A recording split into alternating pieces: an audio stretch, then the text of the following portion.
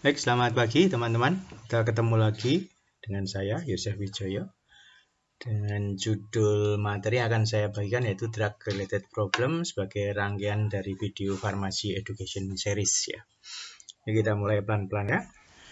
Jadi obat yang kita gunakan itu sebetulnya memiliki dua hal penting, yaitu obat itu memiliki manfaat dan obat itu sekaligus memiliki risiko.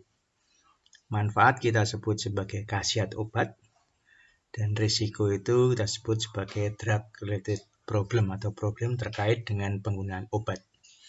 Nah, huruf DRP ini saya buat merah karena ini untuk menjadi perhatian kita. DRP ini diminimalkan ya, seminimal mungkin sehingga risiko penggunaan obat itu dapat diperkecil. Nah, definisi DRP itu apa? Kita bisa melihat di sini berdasarkan PCNE, yaitu sebuah kondisi atau sebuah kondisi selama terapi obat yang bersifat aktual atau potensial yang bisa membuat adanya perubahan pada outcome yang diharapkan. Jadi DRP itu jadi kondisi yang dialami seseorang akibat penggunaan obat yang mungkin tidak sesuai, entah dari dosis yang kurang atau dosis yang lebih atau malas memakai, itu kalau dari sisi pasien, atau bisa jadi pasien mengalami suatu gejala tertentu tapi belum diceritakan sehingga tidak mendapatkan obat. Hal-hal seperti itulah yang disebut dengan DRP. Nah, DRP ini dibagi dua menjadi toksisitas intrinsik dan toksisitas ekstrinsik. Toksisitas intrinsik secara simpel dapat dikatakan sebagai efek samping obat. Ya, di situ interaksi antara senyawa kimia atau karakteristik farmaseutik atau farmakologi pada obat dengan biosistem dari manusia yang menggunakannya. Kemudian kalau toksisitas ekstrinsik yaitu sebuah problem yang terjadi akibat penggunaan obat yang tidak sepenuhnya tepat ya, mungkin tidak sesuai aturan pakai atau cara menggunakannya salah ya, sehingga menjadikan obat itu kurang memiliki khasiat ya. Jadi the drug is not used in the proper way atau disebut sebagai medication error di situ. Nah, ini kita bisa lihat istilah dari efek samping obat di sebelah kiri atau medication error yang di sebelah kanan. Adverse drug reaction atau yang disebut sebagai efek samping obat yaitu sebuah efek yang tidak dikehendaki yang timbul pada waktu penggunaan obat pada dosis terapi. Kalau medication error yaitu sebetulnya medication error ini sebuah kondisi yang dapat dicegah, ya, dapat dicegah supaya tidak terjadi penggunaan obat yang tidak sesuai. Itu sebetulnya itu. Jadi sudah bisa diramalkan kondisi-kondisi tertentu ini yang dilakukan oleh pasien atau dilakukan oleh profesional kesehatan yang mengakibatkan penggunaan obat yang tidak sesuai. Ini sebenarnya sudah ada ya, sudah bisa diramalkan terkait itu. Kita lihat sedikit tentang klasifikasi efek samping, yaitu ada beberapa yang dipakai yaitu WHO Coding System, atau ada lagi yang COSTRAT, ada lagi yang ICD, International Classification of Disease. Contohnya ini yang ICD, 10 klasifikasi chronic disease, ini dari sebuah riset ya. Ini hanya sebuah contoh saja. Hipertensi misalnya I10, DM itu E10. Kalau hipertensi plus DM, I10 plus E10. Jadi kodenya itu ternyata mengikuti. Jadi kalau penyakitnya sendirian dengan yang penyakitnya menyertai itu kodenya tinggal ditambahkan saja ya. Jadi contoh hipertensi, diabetes dan sebagainya ya. Kalau klasifikasi medication error ada 5 terkait prescribing, terkait peresepan. Ini terkait dengan yang menulis resep, bisa terjadi kekeliruan di sini. Transcription terkait dengan interpretasi dari resep itu sendiri. Lalu dispensing terkait dengan penyiapan obat yang dilakukan oleh farmasi. Lalu terkait administrasi dan terkait cross setting. Nanti cross setting itu apa kita bisa lihat di belakang. Terkait prescribing error ya, ada 3 ya yang sebetulnya hal ini bisa dicegah dari preventable event tadi ya, untuk mencegah penggunaan obat yang tidak benar tadi. Administratif, dosage errors, dan therapeutic errors. Contohnya demikian, yang paling umum zaman saya kecil dulu, resep dokter itu tulisannya kadang tidak bisa terbaca oleh orang awam. Mungkin yang bisa membaca ya hanya apoteker. Bisa jadi itu juga salah baca. Jadi secara general resep zaman dulu itu riskan sekali, menyebabkan terjadinya medication error. Kalau sekarang sudah elektronik, jadi kemungkinan itu sudah sangat diperkecil. Tulisan yang nggak nampak itu bisa juga menyebabkan penerjemahan obat yang salah, ya. Atau juga penulisan bentuk sediaan yang keliru, ya. Itu bisa terjadi, ya. Itu seperti itu. Atau kadang ada obat yang ditulis nama obatnya, misalnya obat A begitu saja, tanpa keterangan kekuatannya berapa. Ini juga menyulitkan, ya. Jadi itu termasuk dosage form itu. Lalu terkait dosage error, terkait kekuatan, frekuensi, dan aturan pakai, lama masa terapi, itu juga bisa terjadi. Ini bisa rata-rata dilakukan oleh pasien ya.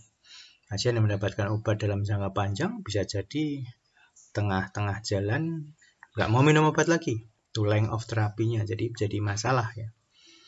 Itu seperti itu. Lalu terkait therapeutic errors, misalnya terkait indikasi, kontraindikasi, monitoring, drug-drug interaction, ya, macam-macam itu ya. Hati-hati terkait kontraindikasi karena kadang pasien itu tidak bercerita secara keseluruhan apa yang dia alami. Jadi untuk terutama yang hati-hati terkait penggunaan obat yang kontraindikasi itu apa? Apakah dia mengalami gangguan liver, apakah dia mengalami gangguan ginjal, ya. Itu penting sekali. Kemudian kalau seorang perempuan apakah dia sedang menyusui, itu hal-hal yang harus disampaikan sehingga therapeutic errors berupa kontraindikasi ini bisa dicegah. Kemudian obat-obat, interaksi obat-obat. Ini juga penting karena kadang kita menggunakan obat tapi kita juga menggunakan obat lain yang mungkin sudah ada sebelumnya tapi kita tidak menceritakan. Atau kita menggunakan obat bebas selama penggunaan obat tertentu yang sebetulnya antar obat itu terjadi interaksi. Ini juga therapeutic errors ya.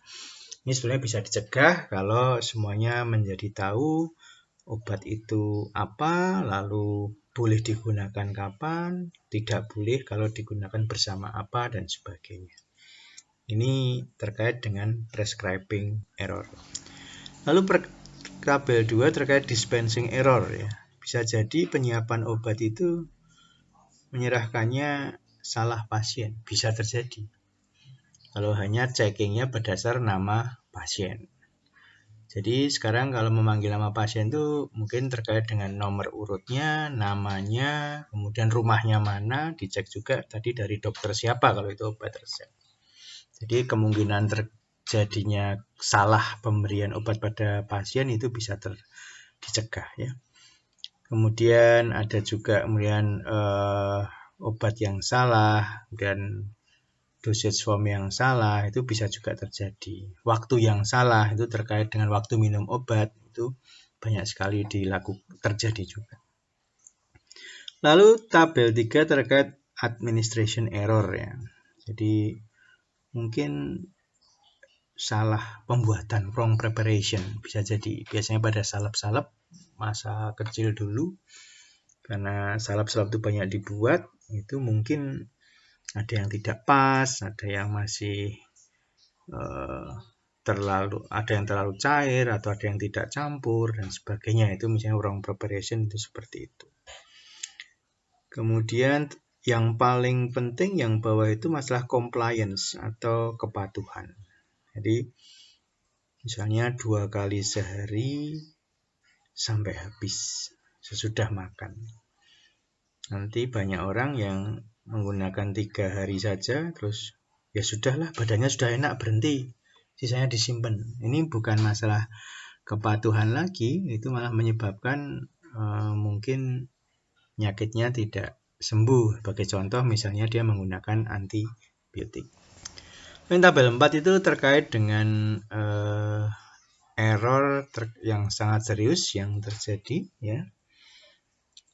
Ini ada kriteria A, B, C, D, dan E di sini, ya.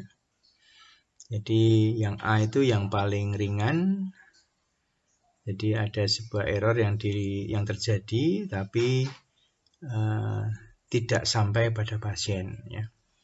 Bisa jadi misalnya ada obat yang sebetulnya salah pasien, tapi terdeteksi, lalu pasiennya dikejar, akhirnya bisa diperoleh, dan ternyata obat itu belum diminumkan pada pasien tersebut. Nah, ini bisa kategori yang A di situ. Atau yang B misalnya, contoh yang A tadi, ketemu sama pasiennya, sudah diberikan obatnya, tetapi tidak ada efek toksik yang muncul atau efek samping yang muncul. Nah, ini kategorinya B, itu seperti itu. Kalau yang E itu yang paling tidak menyenangkan, ya, di mana sudah diberikan dan menyebabkan kematian, misalnya begitu. Berikutnya kita bahas tentang klasifikasi DRP. Dari sisi PCNE ya ini ya, teman-teman bisa membaca di pcne.org. Jadi DRP ini ada yang potensial dan ada yang aktual. Yang potensial itu sebuah di mana jadi bisa terjadi sesuatu hal yang buruk, ya, bila tidak ada tindak lanjut yang dilakukan. Jadi DRP yang potensial itu bisa terjadi sesuatu yang lebih buruk pada penggunaan obat pada pasien bila tidak ada tindak lanjut yang dilakukan, atau tidak ada advice untuk melakukan follow up untuk mencegah atau mengurangi resiko itu. Kalau yang aktual itu DRP yang nampak berdasarkan hasil lab atau berdasarkan gejala-gejala yang ada. Nanti kita akan jelaskan di belakang maksudnya itu apa. Untuk yang PCNE versi 501, DRP-nya adalah di tabel 1. DRP itu dibagi menjadi 6. Ada pilihan obat, dosis, efek samping, interaksi, penggunaan obat, dan lain-lain. Pilihan obat ada 1A, 1B, 1C, ya. 1A itu ada 1 atau lebih obat yang belum diberikan. Itu namanya need for additional drug. Kalau unnecessary drug misalnya obat yang diberikan itu sebenarnya tidak perlu karena indikasinya tidak nampak. Atau sebaliknya obat itu belum selesai digunakan sepenuhnya, itu unnecessary drug. Kalau inappropriate, obat yang diberikan itu tidak sejalan dengan diagnosis atau indikasi yang ada. Terkait dosis, ada dosis yang terlalu tinggi, dosis terlalu rendah, ada yang suboptimal, ada yang suboptimal formulation. Jadi ada 2C dan 2D ini dibedakan secara khusus, ya. Kemudian yang nomor 3, efek samping obat, bisa dilihat di situ. Jadi sudah banyak kita jelaskan. Lalu interaksi obat. Interaksi obat itu sebetulnya tidak hanya terkait dengan obat-obat, tapi obat dengan makanan, atau obat dengan minuman, atau dengan chemical agent yang lain misalnya. Dengan rokok misalnya, itu juga termasuk interaksi. Terkait interaksi ini, teman-teman sebaiknya melihat buku-buku seperti Stokely yang jelas-jelas di situ memang berisi informasi-informasi yang berdasar riset untuk interaksi obat. Kalau memakai BNF itu menarik juga, ada yang tertulis based on study, jadi berdasarkan riset, ada yang theoretical, dan yang satu lagi anecdotal atau masih masih belum sepenuhnya jelas gitu ya, masih diperdebatkan. Lalu terkait penggunaan obat, ada yang penggunaan dari penulis resep atau yang karena penggunaan oleh pasien misalnya. Terus kemudian yang lain-lain, jadi terkait dengan kurangnya monitoring efek obat atau kurangnya dokumentasi yang jelas untuk penggunaan obat tersebut. Itu yang versi V501. Contohnya ini ada di sebuah jurnal Adebu dan Adesumili di situ ya.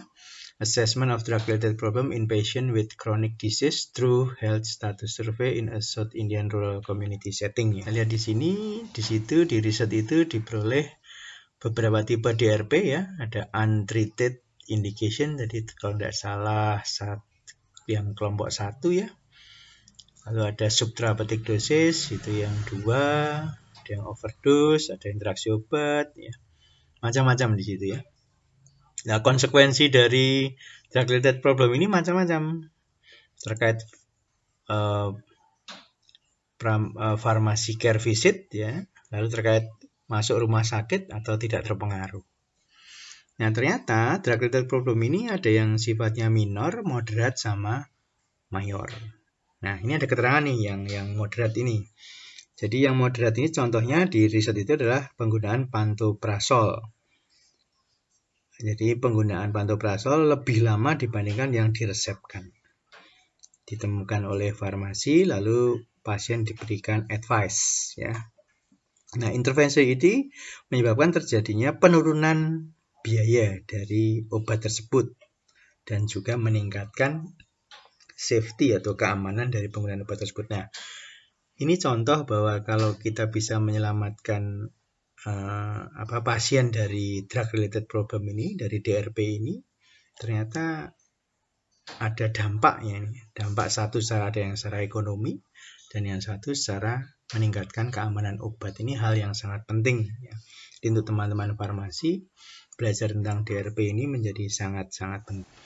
Lalu terkait PCNE versi 81 ya, ini sebenarnya yang paling baru versi 9.01, tapi versi 9.01 dan 8.01 sedikit sekali perbedaannya. Kita masuk yang 8.01 saja karena sudah banyak pembahasannya. Apa sih yang berbeda antara 5.01 dan 8.01? Kalau yang 8.01 cara berpikirnya lebih simple kalau menurut pendapat saya. Jadi drug-related problemnya itu kalau di 801 itu ada di cause atau di penyebab itu ya. Drug-related problem. Jadi problemnya apa? Nah, ini kita sebelum kita tahu DRP-nya, kita harus bisa menentukan problemnya itu apa. Menurut PCNE 801, problem itu ada 3. Efektivitas obat atau treatment, lalu keamanan terapi, sama lain-lain. Penyebabnya, nah ini DRP-nya, di cause-nya ini. Lalu di situ yang menarik adalah apa rencana intervensinya. Ini sudah dijelaskan nih di level mana saja ini. Jadi ada tanpa intervensi, bertemu penulis resepnya, kalau itu resep, bertemu pasien, terus atau adanya intervensi dalam hal obat atau lain-lain. Lalu intervensi ini ada yang diterima dan ada yang tidak diterima. Nah, kalau intervensi itu diterima, maka DRP-nya solve. Terselesaikan. Kalau hanya sebagian diterima ya partially solve atau sebagian terselesaikan, atau kalau betul-betul ditolak ya tidak terselesaikan. Itu seperti itu. Nah, jadi perbedaannya adalah pada cause-nya itu. Jadi untuk menyatakan DRP pada 801 dimulai apa yang menjadi problemnya dulu. Ini yang menjadi jawaban dari pertanyaan yang tadi. Nah, untuk problem kita bisa melihat di sini ada 3, efektivitas, keamanan, dan lain-lain. Contoh efektivitas yaitu terapi gagal atau terapi obat tidak memiliki efek, atau bisa juga terapi obat tidak optimal, atau terdapat simptom atau indikasi yang belum mendapatkan terapi.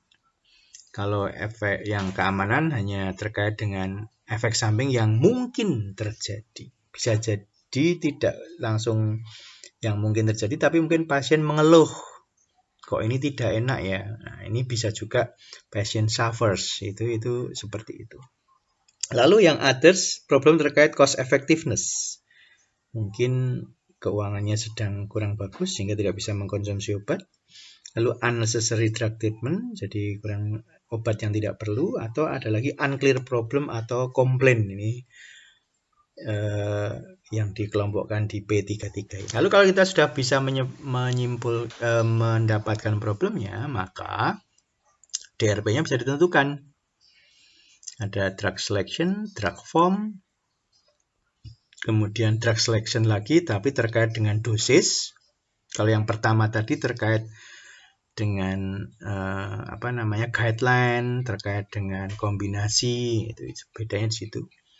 Terus durasi treatment, lalu dispensing, lalu drug use process, lalu terkait pasien dan lain-lain.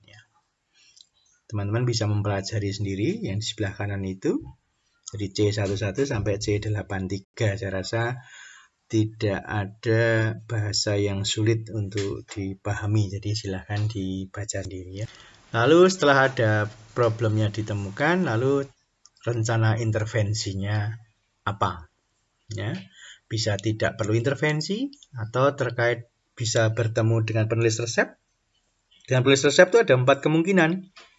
Dokternya diberi informasi, atau bisa jadi dokternya menanyakan sebuah informasi, atau ada usulan pada dokter, atau ada usulan yang didiskusikan dengan dokter.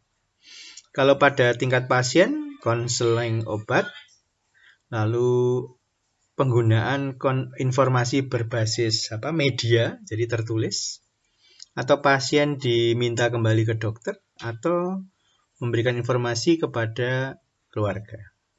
Kalau pada level obat bisa dirubah ke apa, ya, atau dosage change tuh, jadi dosis dan aturan pakai dirubah, formulasinya bisa dirubah, atau instructionnya bisa dirubah, obat dihentikan atau obat baru diberikan. Nah, mohon perhatian di drug level ini.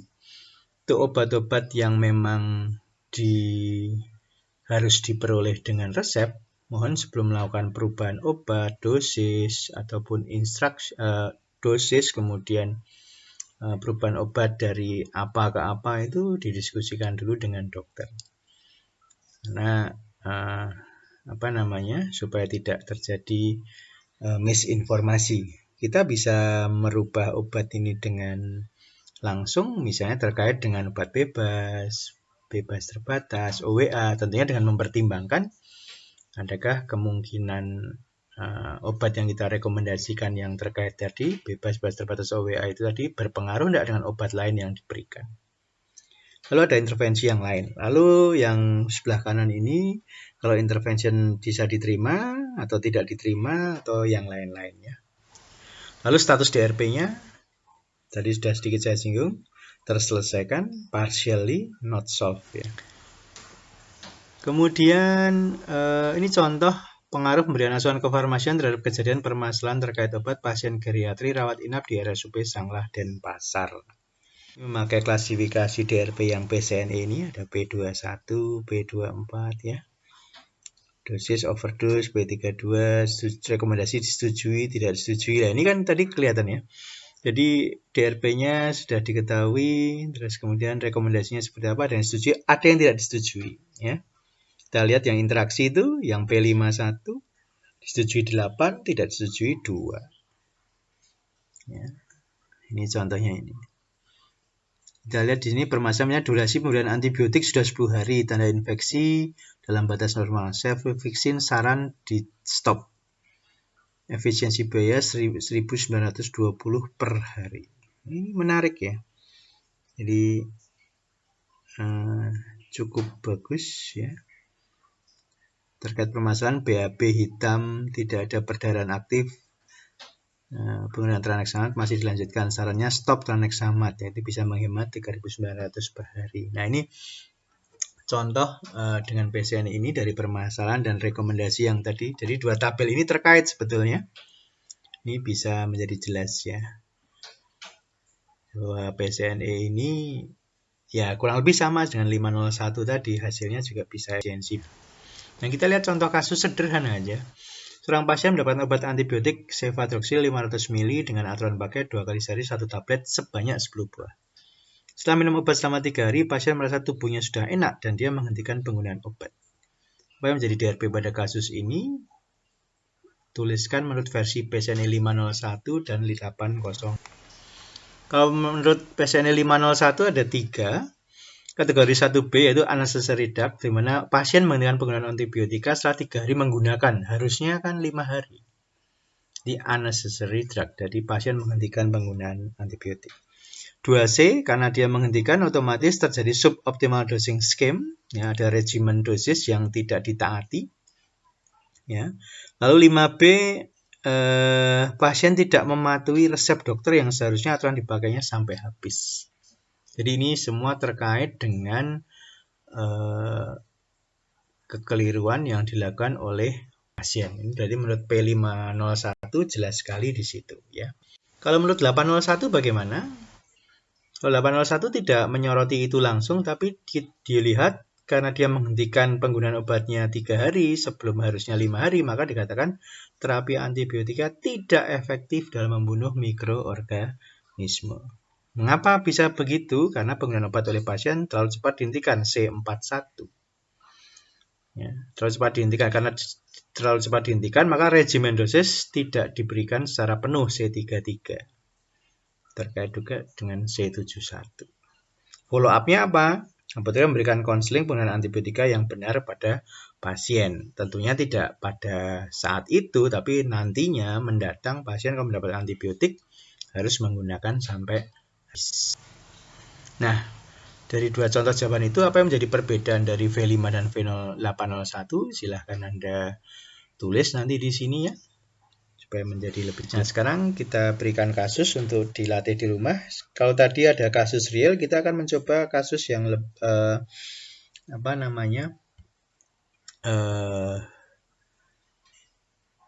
gabungan antara real sama imajinatif ya. Jadi kita lihat di sini. Silahkan Anda mendengarkan informasi dari channel YouTube di bawah ini.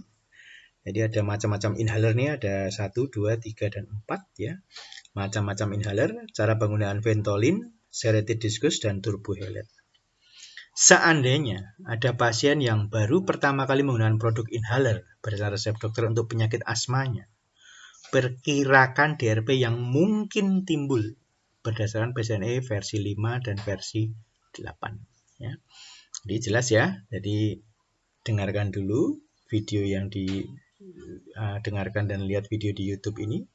Lalu kalau ada pasien yang baru pertama kali menggunakan produk inhaler, perkirakan DRP yang mungkin timbul ya. Ini untuk latihan supaya kita menjadi lebih paham tentang DRP.